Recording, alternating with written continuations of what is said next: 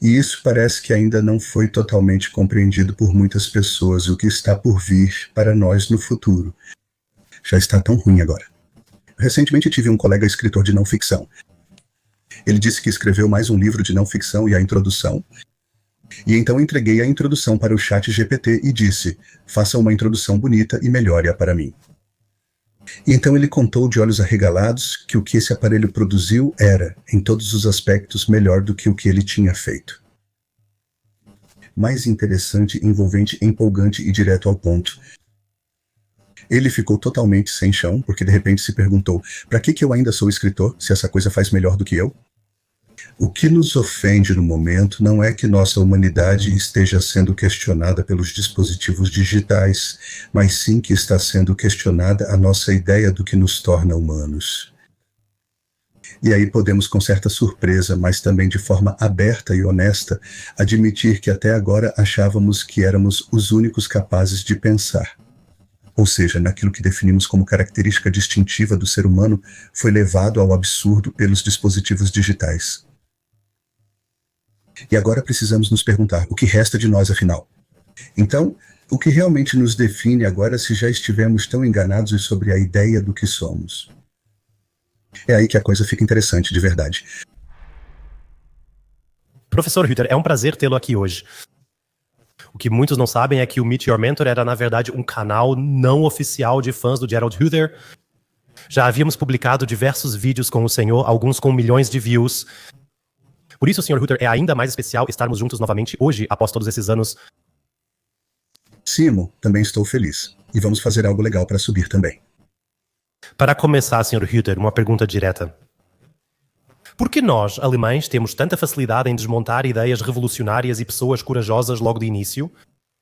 Elon Musk fascista, Donald Trump nazista, Bitcoin é fraude na inteligência artificial, é uma moda inútil. Por que na Alemanha quase não se pode experimentar algo novo sem antes recitar toda a bula? Agora o cientista em mim realmente se manifesta, porque é claro que não se deve confundir os fenômenos que se observa com as causas subjacentes. O que você está descrevendo ou enumerando são todos fenômenos que surgem de alguma coisa. E o que está por trás disso é o medo da mudança, por mais banal que seja. Nós, alemães, temos um medo insano de mudança, mais do que muitos outros grupos culturais. E se olharmos para a nossa história, isso também é compreensível. Mas é preciso olhar ainda mais para trás, eu acho, para que possamos entender bem o que aconteceu no século passado. Aquilo já era estranho na época. E onde cheguei na análise sobre de onde vem o medo dos alemães, que no exterior também é chamado de German Angst, é a Guerra dos 30 anos. Segure-se firme. Isso foi há muito tempo e não teve um verdadeiro desfecho, e terminou com a divisão desse país em uma parte norte, que era protestante, e uma parte sul, que era católica. E você pode olhar ao redor em outras nações, isso é muito raro de se ver. A Dinamarca é toda protestante, a Polônia é toda católica, a França é toda católica. Isso parece ser uma desvantagem enorme. Hoje em dia nem conseguimos mais compreender direito como, dentro de um mesmo círculo cultural, duas religiões cristãs nunca conseguiram realmente se unir. Isso faz com que as pessoas fiquem um pouco inseguras. E eu sei como é não saber a qual das duas pertencer, como lidar umas com as outras. A Guerra dos 30 anos foi um massacre insano. Um terço da população alemã morreu e isso é transmitido de geração em geração. E para que surja uma coesão em uma comunidade, que também faz com que as pessoas reajam com menos medo às mudanças que acontecem no mundo, é preciso ter algo em comum. Uma visão comum, uma crença comum, um objetivo comum, uma causa comum. Infelizmente, perdemos isso como consequência da Guerra dos 30 anos. Éramos uma comunidade perdida que começou a lutar uns contra os outros. Inicialmente houve o fracionamento dos pequenos estados. Isso nos deixou para trás. E então percebemos que, através do controle, conseguimos lidar muito bem com esse medo. E foi aí que surgiu a norma Deutsches Institut für Normung Alemã e tudo isso que hoje chamamos de mania alemã por controle. Em outros países, fomos admirados por sermos pontuais e organizados no que fazemos. Mas essa era parece estar chegando lentamente ao fim. E pode ser que agora estejamos em uma fase em que estamos saindo desse medo terrível. O que não significa que, temporariamente, ainda tendemos a polarizar tudo, a analisar cuidadosamente tudo o que parece mudança. E os grandes nomes que você mencionou são, na verdade, apenas nomes que representam uma determinada mudança que está se anunciando. E aí o alemão fica com medo e reage com rejeição e, em parte, difamação. E ele não quer isso, ele não gosta disso, e aí rapidamente se constrói de novo a imagem do inimigo, o que é mais fácil para o cérebro porque isso volta a ser coerente. O cérebro se sente especialmente confortável quando tudo se encaixa perfeitamente. O medo, naturalmente, é um estado em que nada se encaixa direito e, quando conseguimos fazer tudo se encaixar de novo, dizendo que o outro é idiota, que não bate bem da cabeça ou que é o líder errado, trazemos de volta uma certa coerência para o cérebro e aí conseguimos dar mais 2 ou 3 passos no nosso próprio envolvimento. Ainda temos um pouco de tempo. Acho que ainda precisamos de um tempo até conseguirmos sair desse padrão, porque ele foi transmitido por tantas gerações. Quando se encontra uma solução assim como tentar controlar tudo, não se larga isso tão facilmente. Isso praticamente foi algo que salvou vidas. E o que fica gravado no cérebro não é o problema, e sim a solução. E ela é firmemente consolidada. E quanto mais tempo você, como alemão, anda por aí com todos os seus sistemas de controle e tem sucesso, mais pessoas em um país assim começam a acreditar que o importante é o controle. E mudança, é claro, passa a ser algo que já não pode ser totalmente controlado. As pessoas tendem a evitar se envolver com isso. Sr. Hütter, considero sua explicação realmente excelente. Né? No passado havia religião, valores e 2 géneros. Né? Sabíamos, de certa forma, onde pertencíamos. E hoje em dia pode ser qualquer coisa. E ninguém sabe mais quem realmente é. Sr. Hütter, essa total autodeterminação de ser quem quiser é realmente libertação ou leva à máxima confusão e vazio interior para muitos? Sendo bem sincero, um sinal de que ainda não entendemos como funcionamos. E a neurociência e também a psicologia já descobriram há muitos anos que existe algo que o ser humano já traz ao nascer. E isso é o eu autêntico. Isso ainda não pode ser verbalizado, também não é acessível cognitivamente. Isso é o que você era quando nasceu. E isso é um ser sensível, que naturalmente tem sentimentos e que já encontra soluções para os problemas, mas tudo ainda não está no nível cognitivo. E só mais tarde, a partir dos 3 anos, na verdade a partir do momento em que a criança começa a dizer: eu sou Gerhard, esse é Gerhard. Mas quando a criança diz: eu sou Gerhard, aí é que esse construto do eu surgiu. Isso é um construto cognitivo que todos nós construímos juntos, a partir das experiências que vivemos no mundo em que crescemos. As experiências são diferentes, né? Por isso esses construtos cognitivos do eu também são diferentes. E isso é o especial dos seres humanos. Nenhum animal consegue fazer isso. Nós podemos nos convencer de qualquer coisa e achar que isso está certo.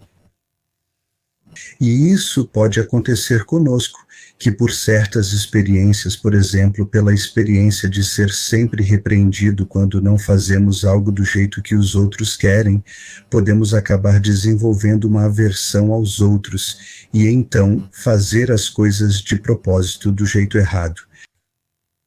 E aí você consegue se safar porque os outros ficam relativamente impotentes. Estou falando sobre os que quebram padrões, que fazem questão de agir assim e acabam avançando cada vez mais diante dos outros. E aí você ainda se identifica com essa construção e passa a considerar isso como sendo você mesmo. E agora podemos pensar em quantas dessas construções existem. E para citar uma construção bem peculiar é que nós temos uma sexualidade, mas a pertença a um gênero é uma construção. Como menino, eu não preciso apenas perceber que sou um ser masculino, mas também preciso decidir que quero ser um homem. E você também pode decidir por outra coisa. Você pode escolher qualquer opção. E é por isso que surgem construções do eu, que são todas muito, muito diversas. E elas ainda acabam se enfrentando umas às outras.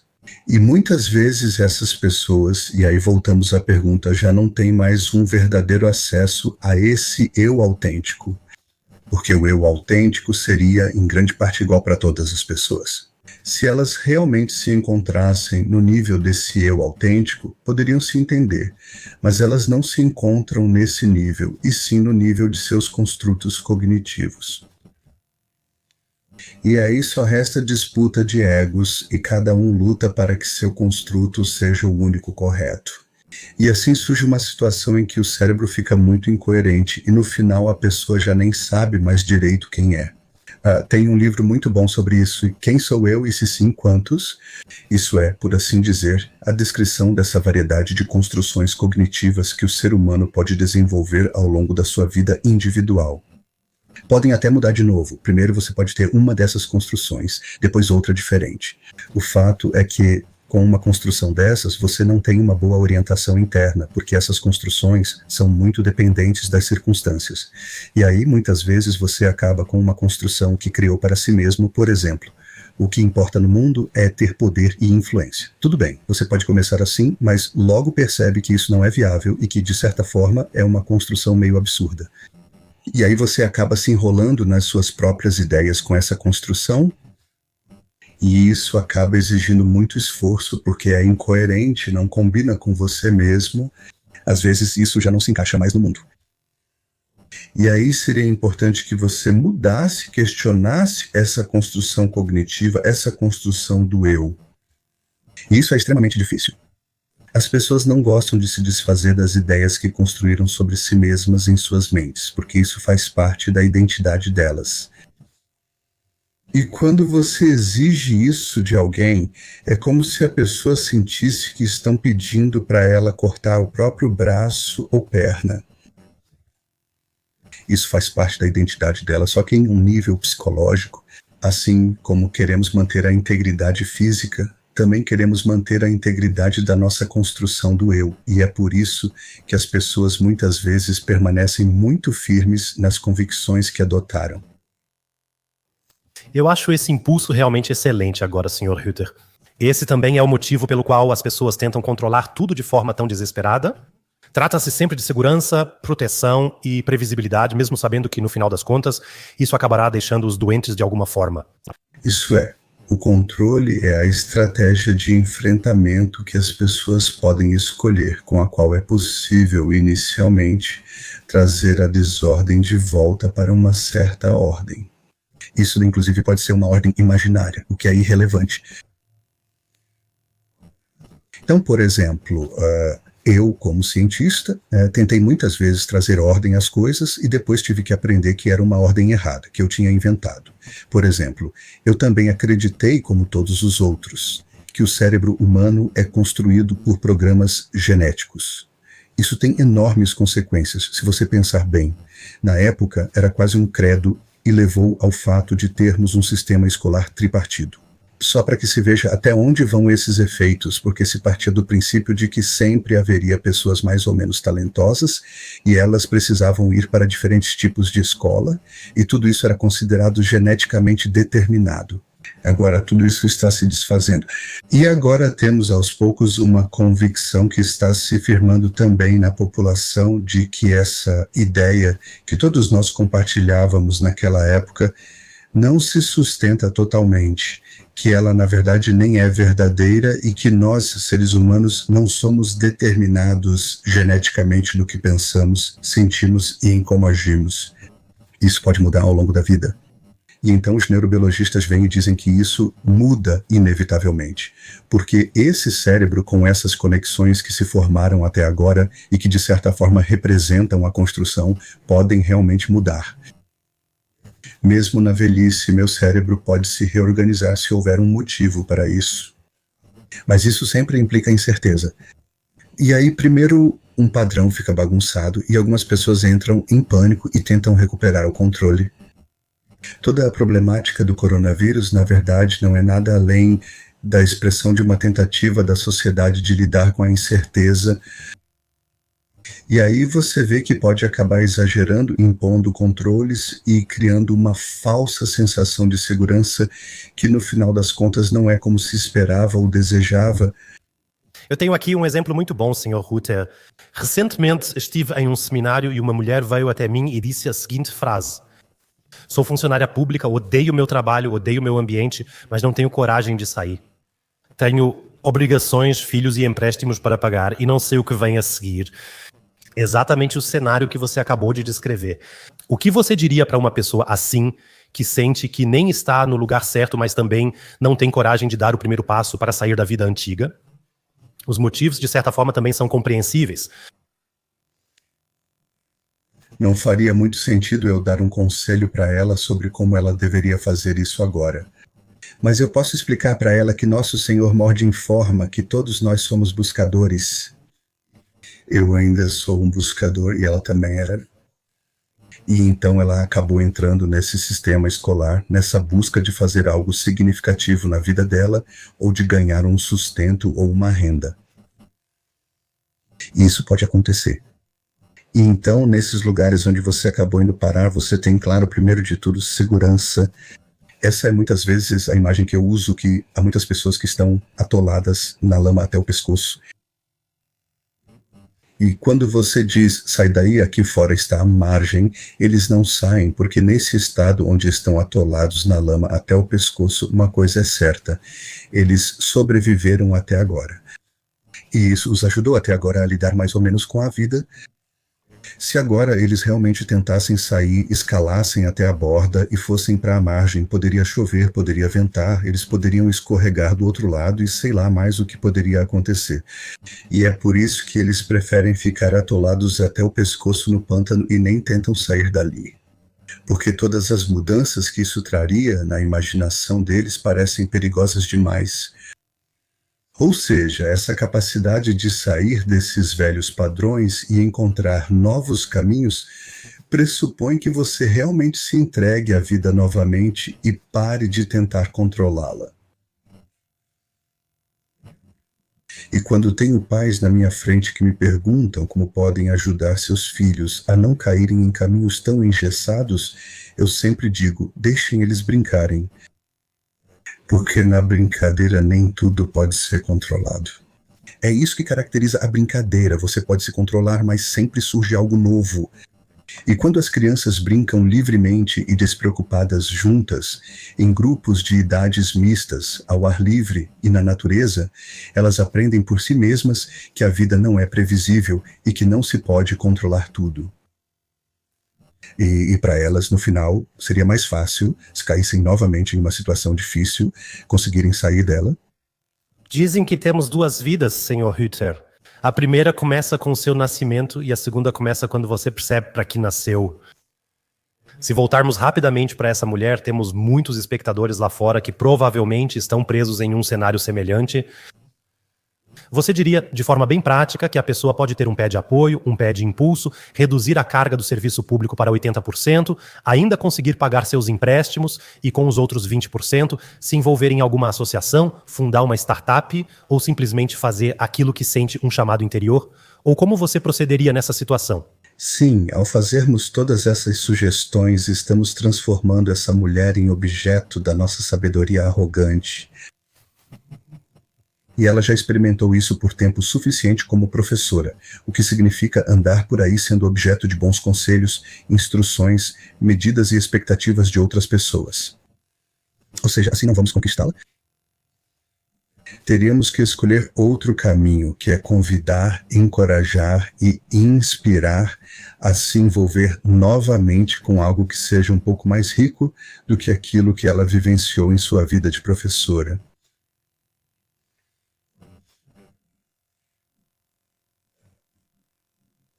E para isso, se for para ser algo duradouro, ela precisaria ter uma experiência que a reconectasse com seu eu autêntico, porque a vida de professora agora faz parte da sua construção de visão, ela precisaria voltar a sentir a si mesma e se reencontrar. E existem 3 métodos, 3 caminhos que podem ser descritos para ela. O primeiro é: você continua assim e acaba tendo um burnout. Tudo fica confuso. Você bate de frente com a parede e, se tiver sorte, recolhe seus pedaços, reorganiza tudo e renasce como uma fênix das cinzas. Essa é, por assim dizer, a oportunidade que existe em toda crise. Ninguém gosta disso, dá para perceber. Não dá para recomendar isso para ninguém. A outra é mais agradável, mas também não ocorre com tanta frequência. Eu sempre chamo isso de momentos de ouro. Pode acontecer que essa professora, em alguma situação, leia um livro, assista a um filme, encontre alguém ou esteja ao ar livre na natureza. E então algo a domina e ela percebe: isso é a vida de verdade. Eu estou aqui só funcionando no automático. Poderia ser tão bonito. E então ela começa a chorar, derrama algumas lágrimas, fica muito triste e quer aquilo que é diferente. E então ela sai do cinema e encontra a amiga dela, que também assistiu ao filme. Só que não foi tão impactante para ela. Ela começa a conversar com elas, tomam uma taça de vinho tinto e conversam sobre tudo. Aquele momento especial foi em vão. Aí só restou uma estrela cadente. E aí essa chance também se perde, né? E a gente deveria, quando sente que está profundamente tocado por dentro em alguma situação, ter o impulso de segurar esse momento, ou seja, dizer: eu quero sentir isso um pouco também. Eu não vou simplesmente continuar andando aqui e voltar para a rotina, mas vou permanecer um pouco nesse sentimento para que eu possa me dar conta ainda melhor do que acabei de vivenciar e para que isso fique ainda mais claro para mim. Isso é possível. É assim que algumas pessoas conseguem sair do atoleiro. E eles nunca mais querem voltar, pois sabem o que deixaram para trás.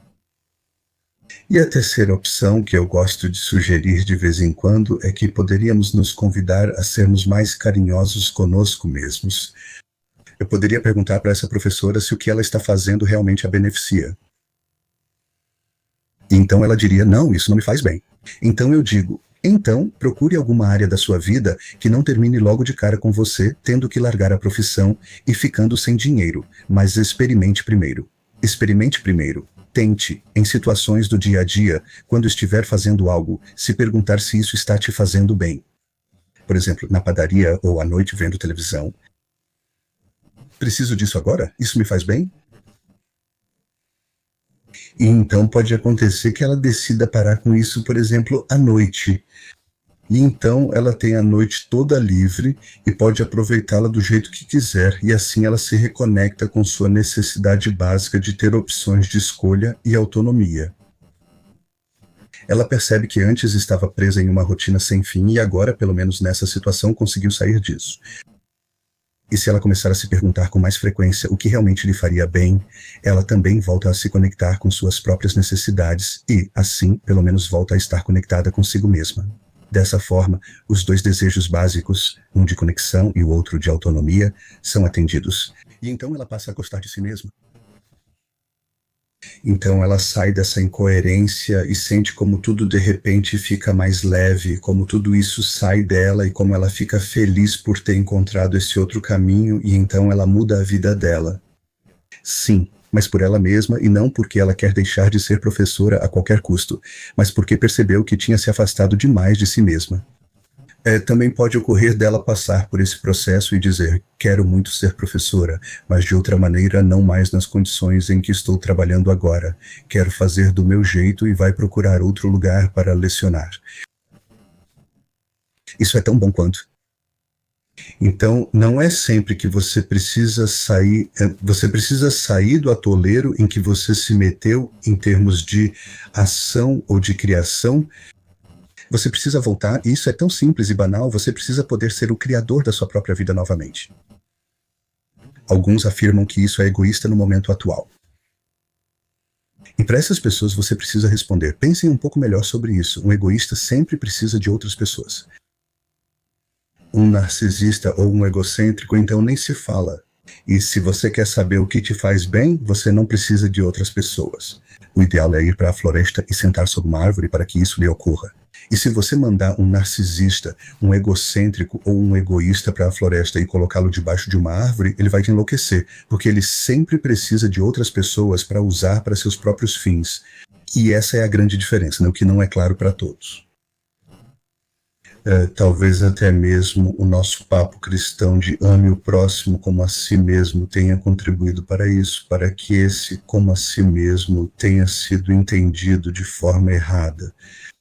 Então, amor é um interesse incondicional pelo desenvolvimento da pessoa amada. E quando eu me amo, então eu tenho um interesse incondicional no meu próprio desenvolvimento, e então eu não conseguiria mais me sentar à noite na frente de qualquer tela para assistir qualquer besteira, porque isso seria falta de amor comigo mesmo. Da mesma forma, seria falta de amor próprio consumir qualquer coisa rotulada como alimento sem considerar seu conteúdo. E seria falta de amor próprio tratar outras pessoas de uma maneira que as machuca e as fere. De repente, você pode transformar completamente a sua vida.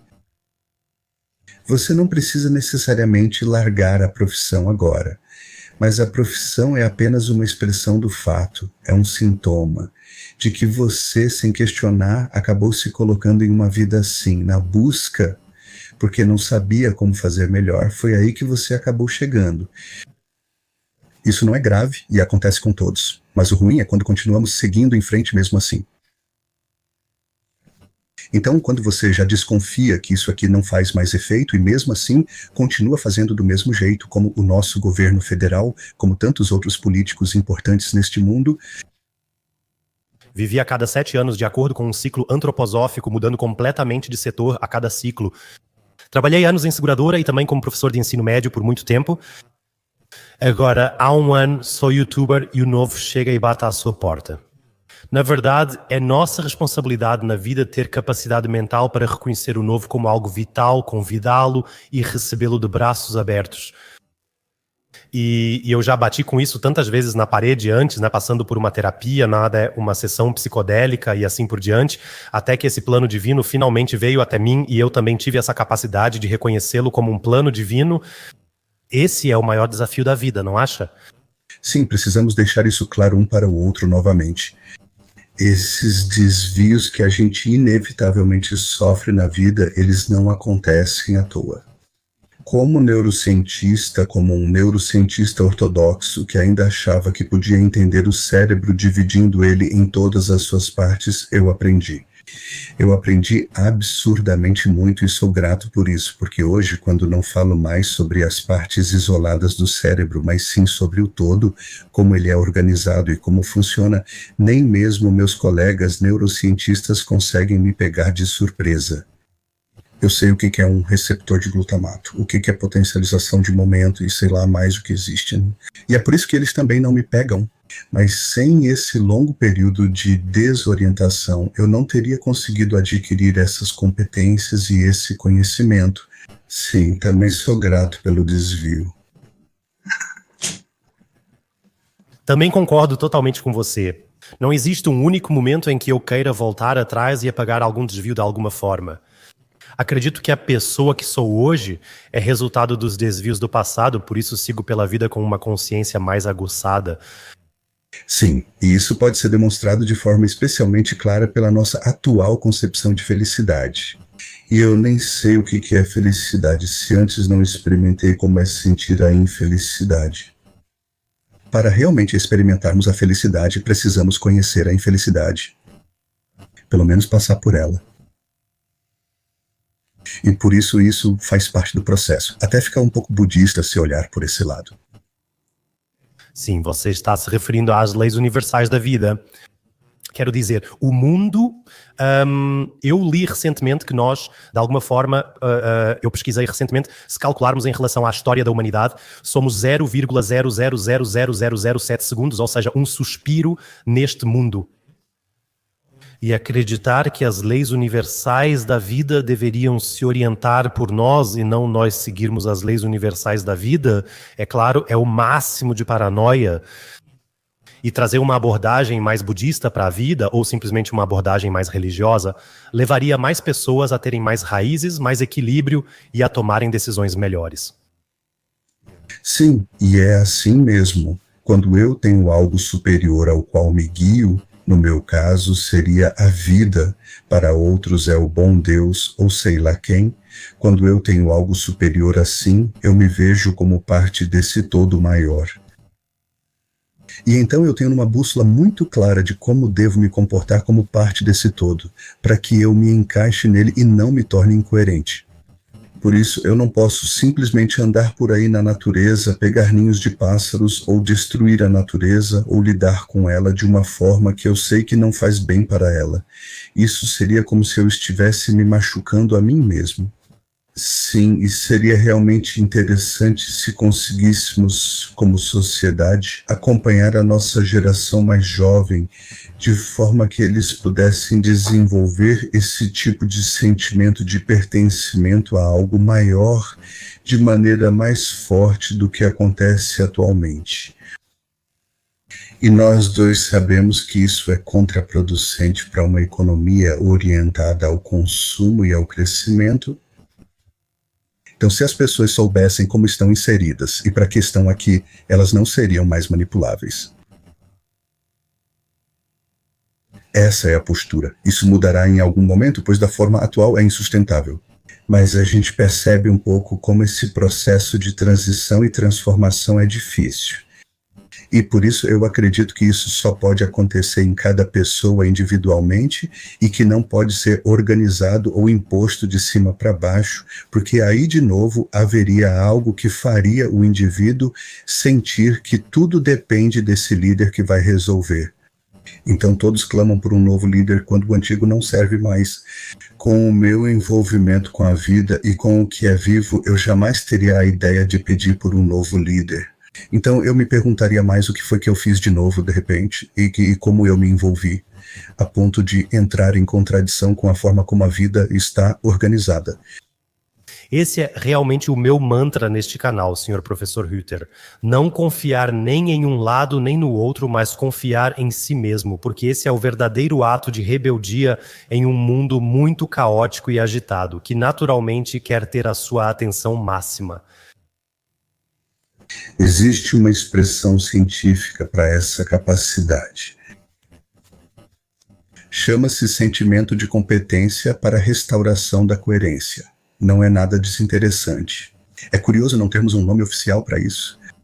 Resiliência e coisas assim são outra coisa.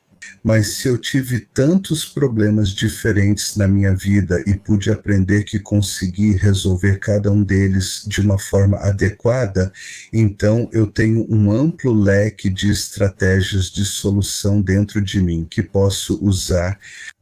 E quando o ralo da minha pia entope, eu recorro a isso, troco a peça e não preciso chamar o encanador imediatamente. E se eu pude ter muitas dessas experiências de perceber repetidamente que consigo resolver um problema, então desenvolvo essa competência de restabelecimento da coerência.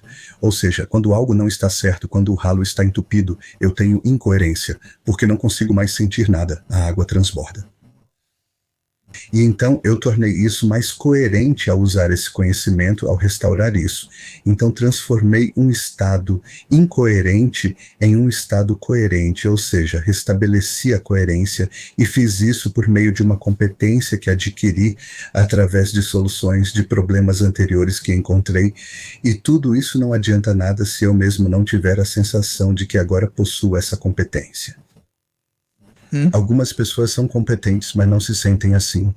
Eu conheço muitos professores que são educadores talentosos e têm uma competência pedagógica que é difícil de encontrar igual, mas eles têm dúvidas se realmente possuem isso e se são capazes. E por causa disso, eles não conseguem usar isso direito, e por isso as coisas não dão certo. Ou seja, a sensação de competência para restaurar a coerência. Você percebe, eu memorizei isso muito bem. Nem todo mundo consegue dizer isso tão facilmente. É realmente muito legal que seja um termo tão intelectualizado, Era óbvio que seria uma palavra alemã, porque eu acho que em várias outras línguas talvez existam termos mais simples que talvez sejam mais fáceis de expressar.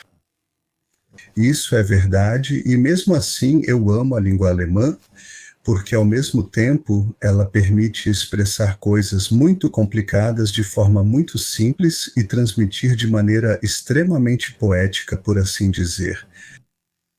E ao mesmo tempo é possível juntar coisas que estão relacionadas. Não precisamos, como no inglês, separar tudo e fazer duas frases, mas sim criamos um palavrão, por assim dizer, e com isso expressamos que tudo aquilo pertence junto.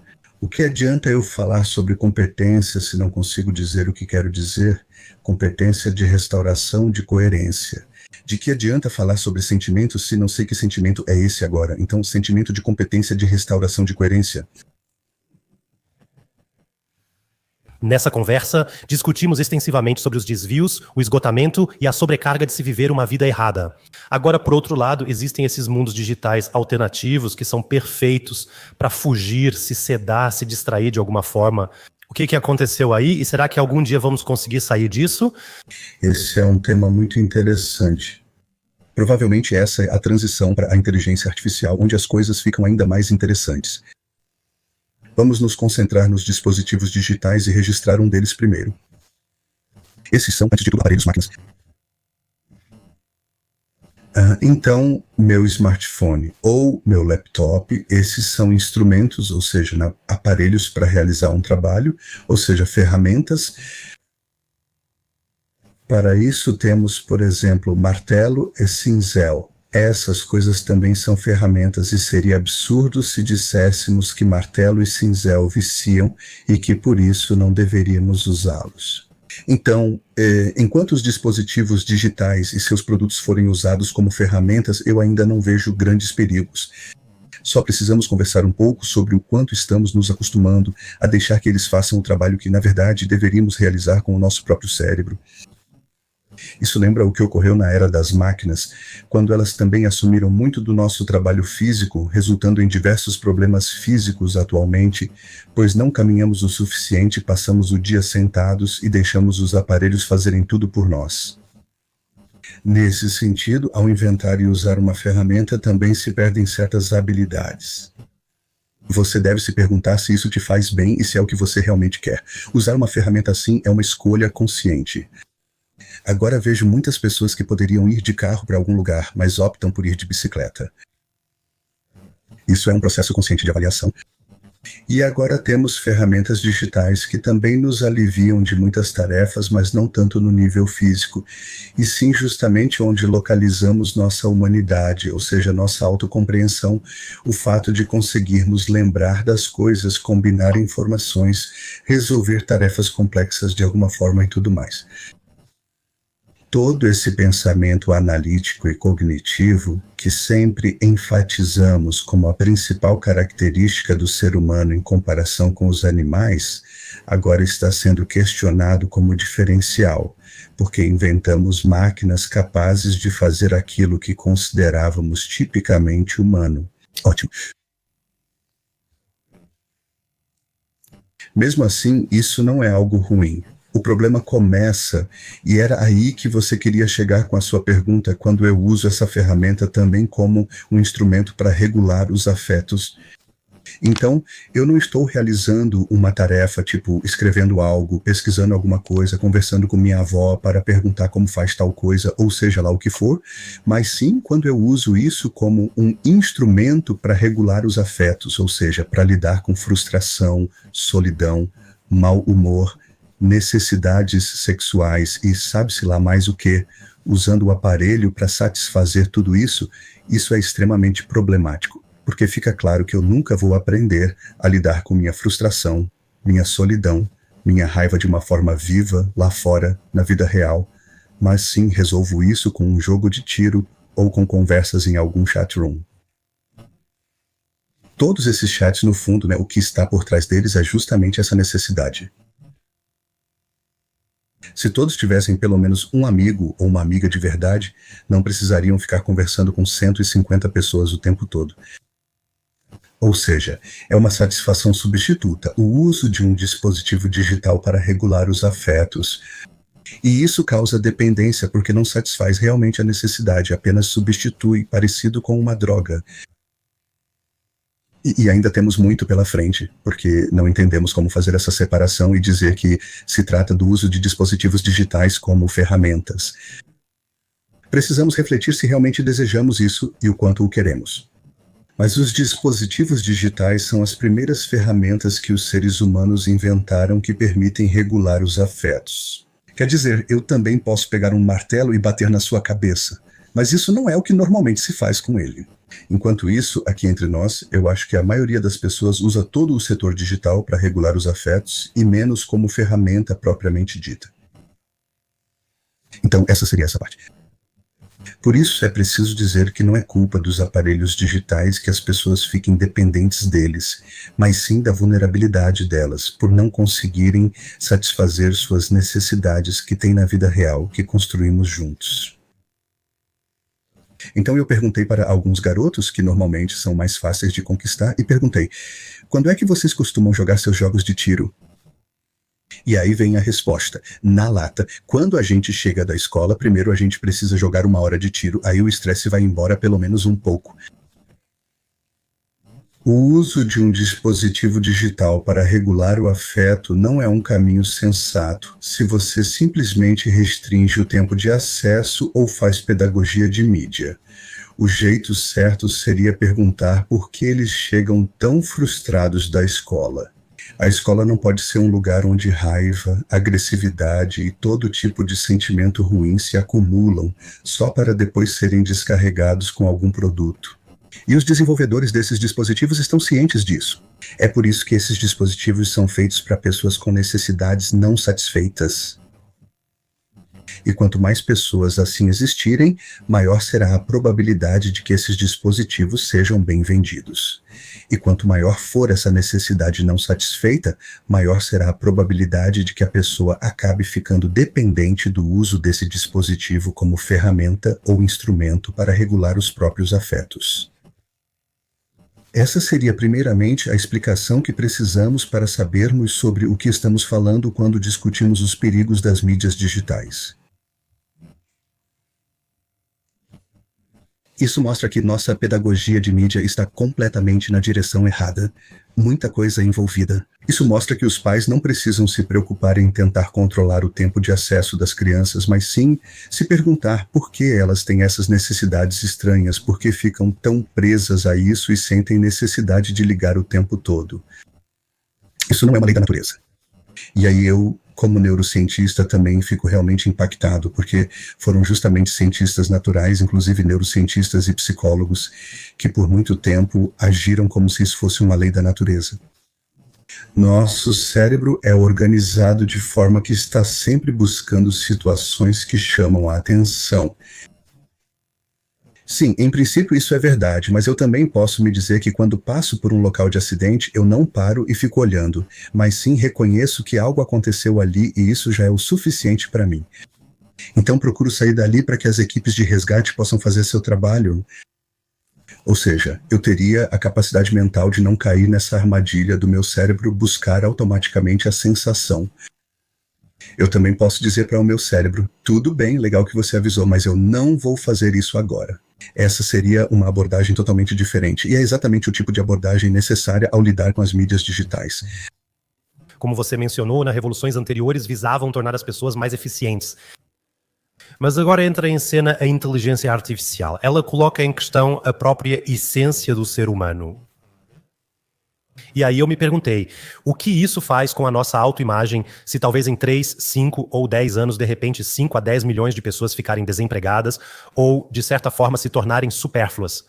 Recentemente, li uma entrevista com o fundador do ChatGPT, Sam Altman. Ele disse que a tecnologia avança pelo menos 300% a cada ano. Isso é crescimento exponencial. Isso significa que este ano será 4 vezes mais rápido, no próximo 16 vezes, depois 64 vezes. E, em 5 anos, 1056 vezes mais rápido.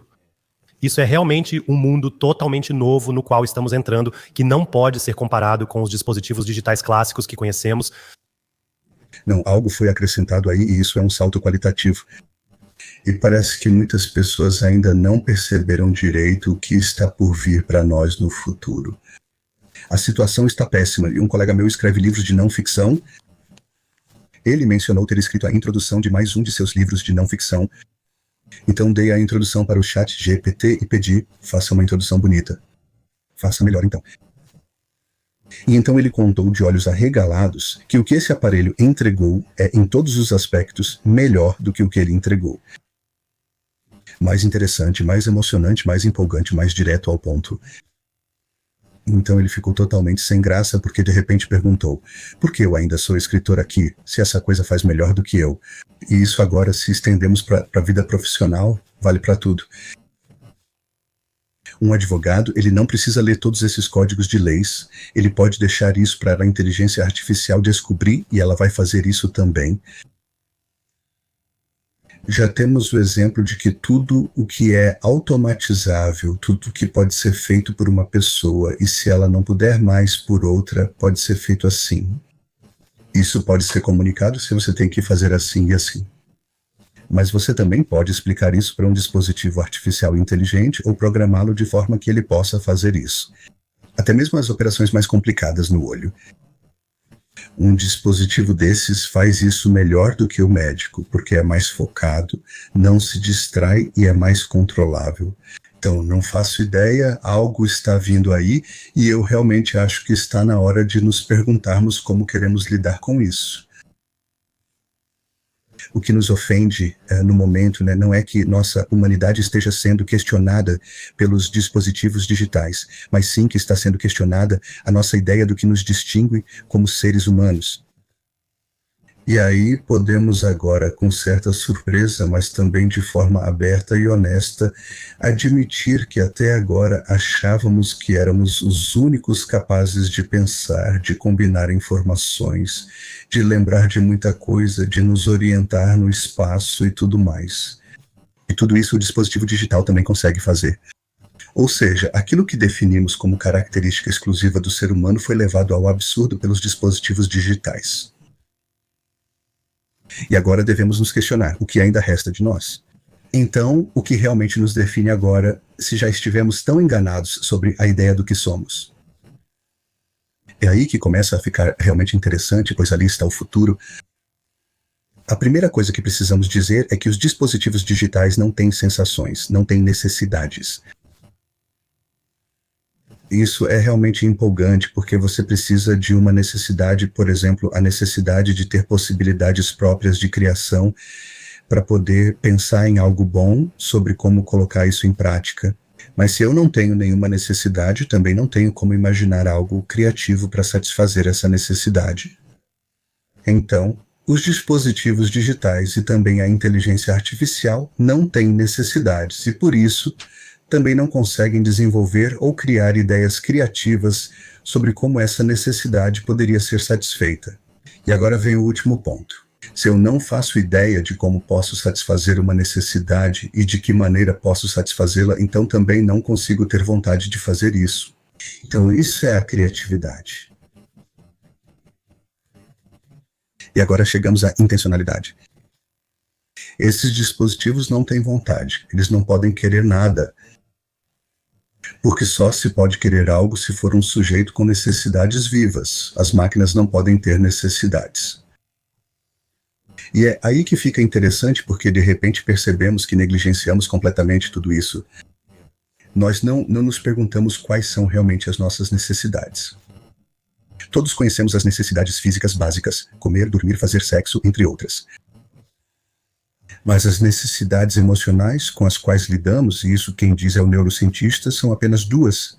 É a necessidade de conexão versus a necessidade de autonomia e liberdade para agir por conta própria. Essas necessidades emocionais não foram levadas a sério, não as colocamos diante de nós e, por isso, até hoje não encontramos uma forma de convivência em que essas necessidades possam ser atendidas na vida real. Precisamos organizar nossa convivência de forma que cada pessoa sinta que é necessária onde está e que também pertence àquele lugar. Isso se chama comunidade individualizada. E isso já existiu. Na verdade, foram os primatas que inventaram isso. E a humanidade, em sua fase inicial, ou melhor dizendo, durante mais de 90% de sua existência, viveu como uma comunidade individualizada. Não como rebanho ou enxame, mas como comunidade de indivíduos. Ou seja, uma comunidade onde cada um sabia fazer alguma coisa e cada pessoa era importante. Cada um assumiu a liderança. Quando alguém dominava uma habilidade como tirar o couro, essa pessoa se tornava líder naquele momento por saber fazer aquilo da melhor forma. Armar armadilhas, não sei lá mais o quê. E tudo isso só funcionava se permanecessem unidos. Eles também tinham a necessidade de ter uma conexão incondicional uns com os outros. Comunidade individualizada. Nessas comunidades individualizadas, desenvolveu-se tudo que hoje chamamos de patrimônio cultural. Foi assim que aprendemos a falar. Um liderava, o outro entendia e nos comunicávamos com ele. Isso não é biologia, é cultura. Mas é importante entender que é uma cultura que, pelo fato de ter sido praticada dessa forma, fez com que a cada geração essas realizações culturais, quando são adotadas, também se manifestem na estrutura cerebral e assim passamos a ter um cérebro que corresponde ao nível cultural em que estamos vivendo no momento. E isso também varia bastante em diferentes lugares do mundo. E se agora percebemos que construímos dispositivos que fazem aquilo que, até agora, considerávamos como a principal característica do ser humano em nossa era esclarecida, então somos levados de volta à pergunta: onde está, afinal, a necessidade de conexão e de possibilidades de autoexpressão? Então é preciso dizer que vivemos de uma forma em que, na maioria das vezes, nenhuma dessas duas necessidades pode ser satisfeita. Aí vem a próxima resposta, que é: se essas necessidades não são satisfeitas, só resta fazer alguma coisa como substituto. Você pode até ter ideias de como suprir isso improvisadamente. Mas isso nunca é de verdade, porque a necessidade real não é satisfeita, só a necessidade substituta é que é atendida. E aí você pode até, se olhar para isso desse jeito, desenvolver a vontade de, sei lá, escalar o Monte Everest a qualquer custo. Você pode internalizar essa ideia e até agir de acordo com ela. Mas isso tem pouco a ver com essa necessidade. Primeiro vem a pergunta: por que as pessoas fazem isso? Por que elas precisam realizar tais feitos que fazem todo mundo ficar de boca aberta e perguntar como é que um ser humano consegue fazer algo assim? E aí você chega lá. Tudo isso tem a ver com a busca por reconhecimento e significado, na verdade, com pertencimento. Eles querem ser vistos na comunidade em que estão, e como essa é uma comunidade na qual normalmente eles não são vistos, eles encontraram uma solução, que é chamar a atenção para si mesmos através de algum desempenho especial ou especializado. Aliás, isso também vale para cientistas. Então, é preciso dizer que agora há muito a ser feito. Nós realmente precisamos ajudar nossos filhos a se reconectarem consigo mesmos, para que conheçam e sintam suas verdadeiras necessidades. Então, precisamos ajudá-los quando sentirem uma necessidade, por exemplo, quero criar algo, para que possam realizar isso sem a nossa imposição, mas oferecendo o espaço para que possam fazer isso, e apenas apoiando quando percebemos que não conseguem sozinhos e precisam de alguma ajuda técnica ou qualquer outra coisa.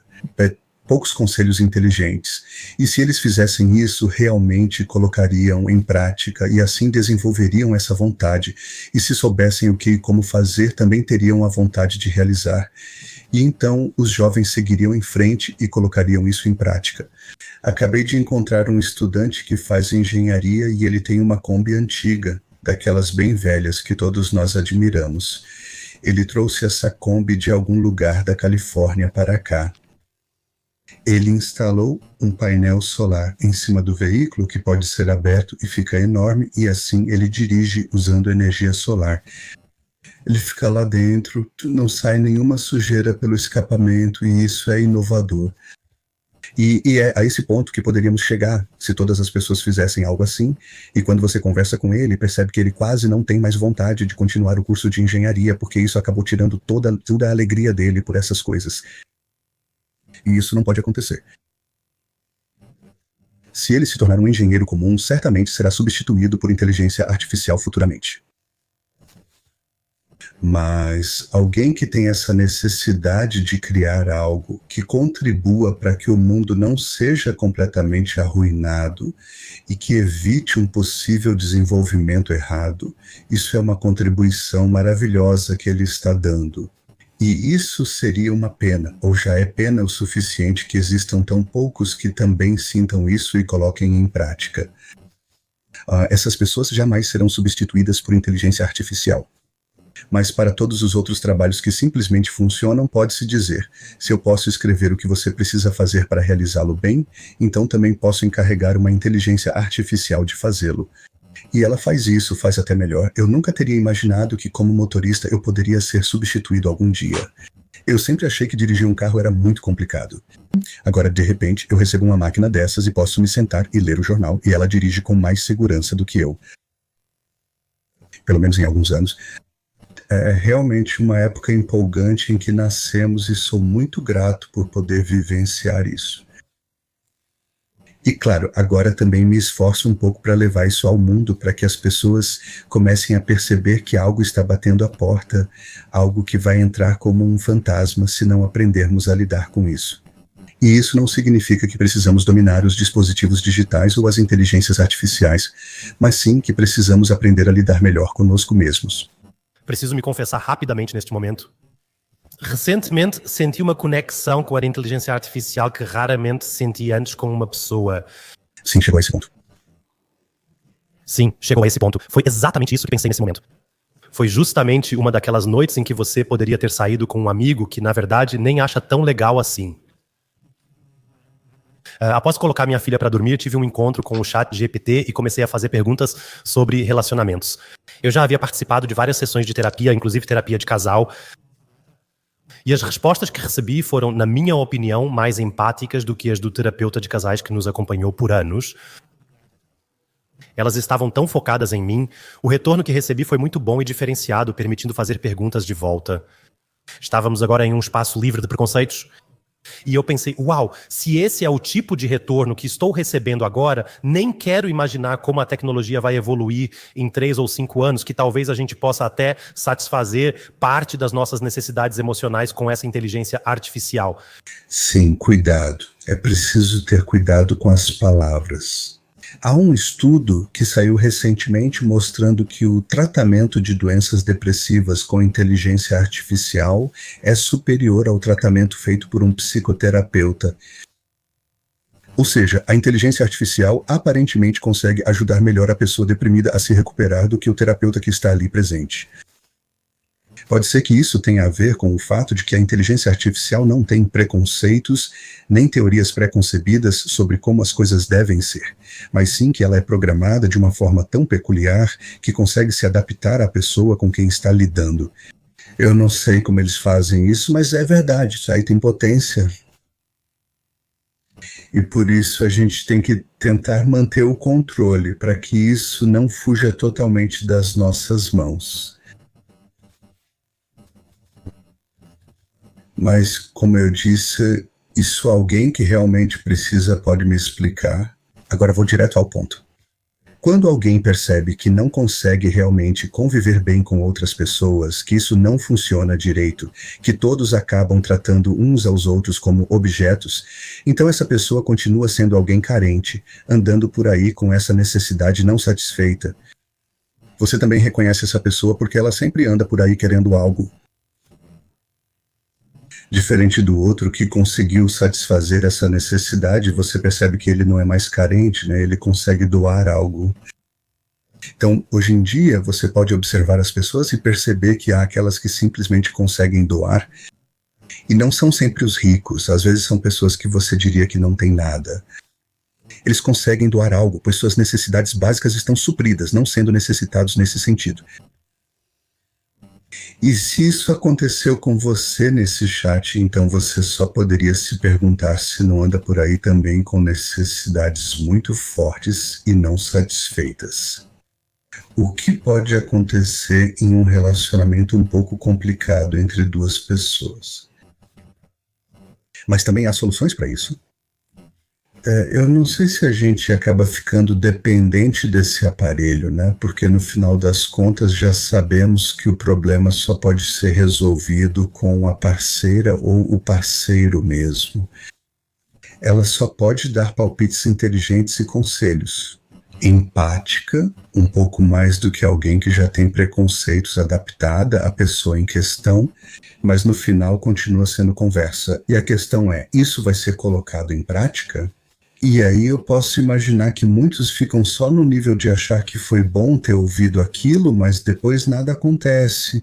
Então é melhor ignorar, pois é apenas perda de tempo.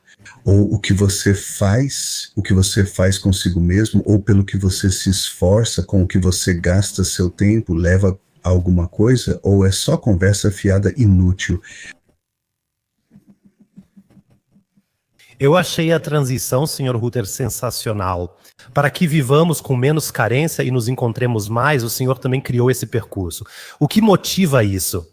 Sim, então um dos maiores problemas que eu acredito ter identificado ao longo das minhas atividades, principalmente depois que eu não estava mais tão envolvido nos programas de pesquisa da Sociedade Alemã de Pesquisa e no mundo acadêmico dos neurocientistas, é que percebi que se isso for verdade sobre o cérebro plástico, capaz de aprender por toda a vida, então nada está realmente determinado e a gente pode se perder, se desviar, se enrolar.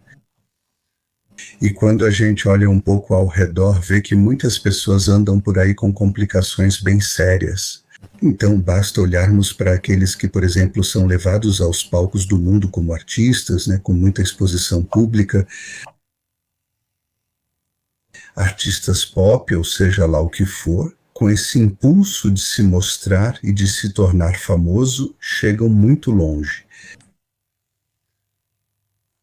Ainda assim, é uma armadilha, pois todos acabam caindo do palco em algum momento e depois se perdem. Raramente vi tantos alcoólatras e dependentes de drogas em qualquer outra profissão como nesse meio. Ou seja, é só um mundo de faz de conta no qual eles mesmos se colocaram. E quando eu entendi que as pessoas podem se tornar prisioneiras de suas próprias ideias, intenções e objetivos, percebi que seria bom se tentássemos nos perguntar ou ajudar uns mutuamente a sair desse emaranhado em que caímos com nossas próprias ideias e que acabam nos aprisionando. E se isso leva a gente a perder a liberdade e se tornar vítima das próprias estratégias e soluções tolas, se isso se chama enredamento, então o que vem depois deve se chamar desenvolvimento. Aí fica interessante, porque à primeira vista parece um jogo de palavras, mas se olharmos mais de perto, até pela origem da palavra, desenvolvimento significa se libertar de um enredamento. E todos nós sempre pensamos na palavra desenvolvimento quando falamos em ajuda ao desenvolvimento, e se perguntarmos agora onde estamos libertando a parte do terceiro mundo dos enredamentos, então temos que admitir que algo deu errado aí.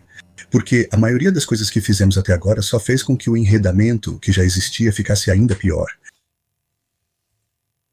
Recentemente tive uma consultora de recursos humanos e perguntei a ela, o que faremos? Sim, eu ajudo as pessoas, por assim dizer, no desenvolvimento pessoal. Eu disse, isso é interessante. E de quais complicações você quer libertá-los com seu trabalho? E aí ela percebeu que nunca tinha pensado nisso antes. E que talvez alguns trabalhadores, como eles chamam, não consigam mostrar todo o seu potencial porque estão muito envolvidos em suas próprias complicações.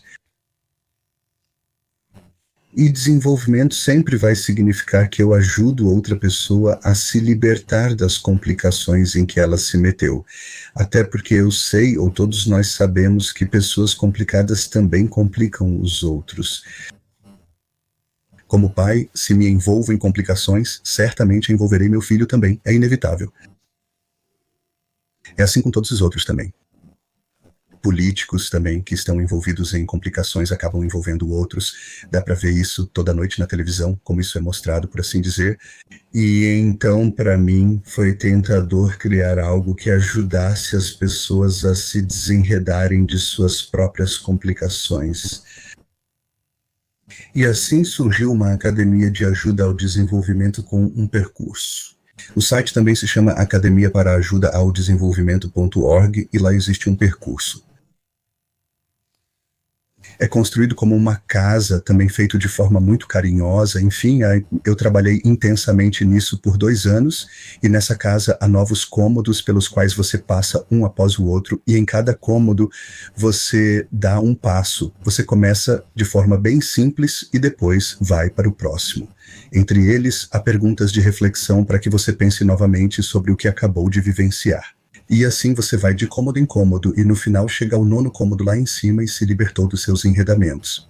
E isso realmente parece funcionar. Foi assim que eu entendi. Isso também é um exemplo de uma aplicação digital, ou seja, eles nunca me viram, eu só apareço lá em vídeos. Mas funciona de forma semelhante ao dispositivo de inteligência artificial que pode ajudar pessoas com depressão. E o que acontece de essencial é que no começo eles pensam que estão fazendo um trabalho de esclarecimento. Então eles aprendem algo sobre o cérebro e como o cérebro se estrutura, e depois aprendem que ele também pode se conectar de uma maneira peculiar, e que então a pessoa também pode agir de forma estranha e acaba se envolvendo em uma situação complicada, e aí eles podem decidir se querem permanecer nisso. Pode acontecer de alguém dizer, eu gosto da minha situação complicada e vou continuar assim. Eu sou aqui um sabe-tudo e gosto de continuar sendo assim, não quero simplesmente mudar isso de repente ou ser controlador ou algo assim. Mas de qualquer forma, o importante é que as pessoas precisam ter a possibilidade de decidir por si mesmas como querem conduzir suas vidas. E por isso alguém pode dizer, não, isso aconteceu comigo, mas eu acho isso meio bobo, não quero mais isso, quero me libertar das minhas complicações. E aí já existem os próximos espaços, e então, se tudo correr bem, você chega ao topo. Tudo isso funciona ainda melhor quando você faz junto com outras pessoas. E agora percebemos que isso funciona especialmente bem quando é uma equipe que normalmente trabalha junta, mas não se entende tão bem. Você pode começar com um clube esportivo para que não fique tão dramático logo de cara. Também pode ser com uma equipe de uma empresa ou de uma organização, sempre de 6 a 8 pessoas em um grupo e com um líder de equipe que nós chamamos de acompanhante de viagem.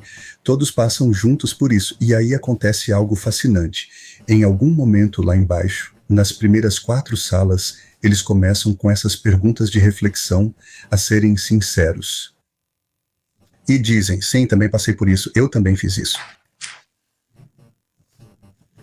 Sei a origem disso e o motivo de ter feito assim. E agora sim, eu acho que tudo deveria ser feito assim. E isso, claro, é bobo. E aí vem o próximo e diz, porque eles estão em um chat, em uma conversa assim, isso também aconteceu comigo. Ele escreve sua opinião, seguido pelo terceiro. Assim, todos se encorajam e começam a se abrir. Não há pessoas de fora. Apenas o acompanhante de viagem garante que eles não se desfaçam. E o que acontece no final é que a equipe cresce emocionalmente junta. Isso é uma experiência que muitas vezes você nem tem com sua parceira em casa, na família, de se abrir e ser tão honesto, de descrever o que você está vivendo e por que você agiu daquela forma. Isso une as pessoas de uma forma emocional. E quando isso dá certo, lá em cima sai uma equipe que ninguém consegue separar. Isso é muito emocionante. Estou totalmente fascinado com o que eu trouxe ao mundo. Estou curioso para ver o que mais vai surgir disso.